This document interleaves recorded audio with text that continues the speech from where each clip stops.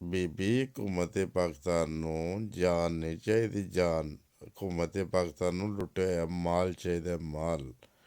ਉਹ ਮਾਲ ਸਾਰਾ ਮੀਆਂ ਸਾਹਿਬ ਇੱਥੇ ਰੱਖ ਦੇਣ ਤੇ ਜਾਨ ਦੀ ਕੋਈ ਪਰਵਾਹ ਨਹੀਂ। ਨਾਲੇ ਇੱਕ ਬਾਦਸ਼ਾਹ ਦੇ ਸਰ ਦੀ ਕੀਮਤ ਇੱਕ ਗੁਲਾਮ ਦੇ ਸਰ ਦੇ ਨਾਲ ਤੇ ਨਹੀਂ ਲਗਾਈ ਜਾ ਸਕਦੀ। ਇੱਕ ਬਾਦਸ਼ਾਹ ਸੀ ਉਹ ਇੱਕ ਤੈਨੂੰ ਕੋਈ ਨਾ ਦੁਨੀਆ ਜਾਣਦੀ ਨਾ ਪਹਿਚਾਣਦੀ, ਇੱਕ ਬੇਫਾਰਮ ਤੇ ਸਾਈਨ ਕਰਕੇ ਤੂੰ ਭੇਜਦੀ ਪਈ ਬੀਬੀ। ਨਾਲੇ ਇਹ ਬੇਫਾਰਮ ਦੇ ਉੱਤੇ 500 ਵੀ ਸਾਈਨ ਕਰਕੇ ਲੋਕ ਭੇਜ ਦੇਣ, 5000 ਵੀ ਭੇਜ ਦੇਣ, 5 ਕਰੋੜ ਵੀ ਭੇਜ ਦੇਣ ਨਾ, ਤੇ ਉਹਦਾ ਕੋਈ ਫਾਇਦਾ ਨਹੀਂ ਹੈਗਾ।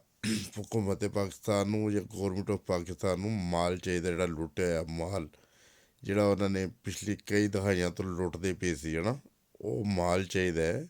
ਉਹ ਮਾਲ ਵਾਪਸ ਰੱਖ ਦੇਣ ਅਤੇ ਫਿਰ ਸ਼ਾਇਦ ਉਹਨਾਂ ਲਈ ਕੋਈ ਰਾਏ ਅਤੇ ਮੁੱਲ ਨਹੀਂ ਚਾਹੀਦਾ ਉਹਨਾਂ ਨੂੰ। ਤੈਨੂੰ ਤਾਂ ਨਾ ਮੀਆਂ ਸਾਹਿਬ ਜਾਣਦੇ ਨਾ ਤੂੰ ਉਹਨੂੰ ਜਾਣਦੀ ਹੈ, ਅਤੇ ਤੂੰ ਤਾਂ ਐਵੇਂ ਨਾ ਜਾਣ ਨਾ ਪਹਿਚਾਣ ਅਤੇ ਮੈਂ ਤੇਰੀ ਮਹਿਮਾਨ, ਉਹ ਤੇਰਾ ਹਿਸਾਬ ਹੈ।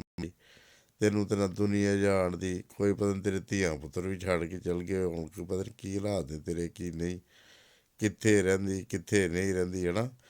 ਉਹ ਤੇ ਇੱਕ ਹਲਫਨਾਮਾ ਹਲਫੀਆ ਬਿਆਨ ਲਿਖ ਕੇ ਭੇਜਦਾ ਹੈ। ਉਹ ਤੇਰੀ ਜਾਣ ਦੀ ਲੋੜ ਨਹੀਂ ਹੈਗੀ, ਨਾ ਮੀਆਂ ਸਾਹਿਬ ਦੀ ਜਾਣ ਦੀ ਲੋੜ ਹੈ, ਸਿਰਫ ਮਾਲ ਦੀ ਲੋੜ ਹੈ। ਉਹਨਾਂ ਦੀ ਜਾਨ ਦਾ ਕੀ ਮੁੱਲ ਹੈਗਾ ਦੱਸੋ? ਉਹ ਕੋਈ ਮੁੱਲ ਨਹੀਂ ਹੈਗਾ ਇਸ ਟਾਈਮ ਉਹਨਾਂ ਦੀ ਜਾਨ ਦਾ। ਉਹਨਾਂ ਨੂੰ ਸਿਰਫ ਮਾਲ ਦੀ ਲੋੜ ਹੈ। ਗੌਰਮੈਂਟ ਆਫ ਪਾਕਿਸਤਾਨ ਨੂੰ ਮਾਲ ਦੇਣ, ਮੀਆਂ ਸਾਹਿਬ ਜਾਣ, ਸ਼ਾਇਦ ਉਹਨਾਂ ਨੂੰ ਬਾਹਰ ਜਾਣ ਦੀ ਇਜਾਜ਼ਤ ਲੱਭ ਜੇ, ਉਹ ਘਰੋਂ ਬਾਹਰ ਚਲ ਜਾਣ, ਮੁਲਕੋਂ ਬਾਹਰ ਚਲ ਜਾਣ, ਜਿੱਥੇ ਮਰਜ਼ੀ ਜਾਣ, ਕਸਮਾਂ ਦੇ ਸਿਰ ਖਾਣ। ਉਹਨਾਂ ਨਾ ਕੌਮ ਨੂੰ ਉਹਨਾਂ ਦੀ ਲੋੜ ਹੈ, ਨਾ ਵਤਨ ਨੂੰ ਲੋੜ ਹੈ। ਉਹ ਤੁਹਾਨੂੰ ਪਤਾ ਹੀ ਹੈ ਜੋ ਸੂਰਤ ਹਾਲ ਸੀ ਮੀਆਂ ਸਾਹਿਬ ਦੀ। ਸਿਰਫ ਮਾਲ ਚਾਹੀਦਾ, ਮਾਲ ਦੇਣ ਅਤੇ ਜਾਣ। ਤੇਰੀ ਜਾਣ ਦੀ ਵੀ ਨਹੀਂ ਲੋੜ ਤੇ ਨਾ ਮੀਆਂ ਸਾਹਿਬ ਦੀ। ਓਕੇ, ਅਗਰ ਹੋ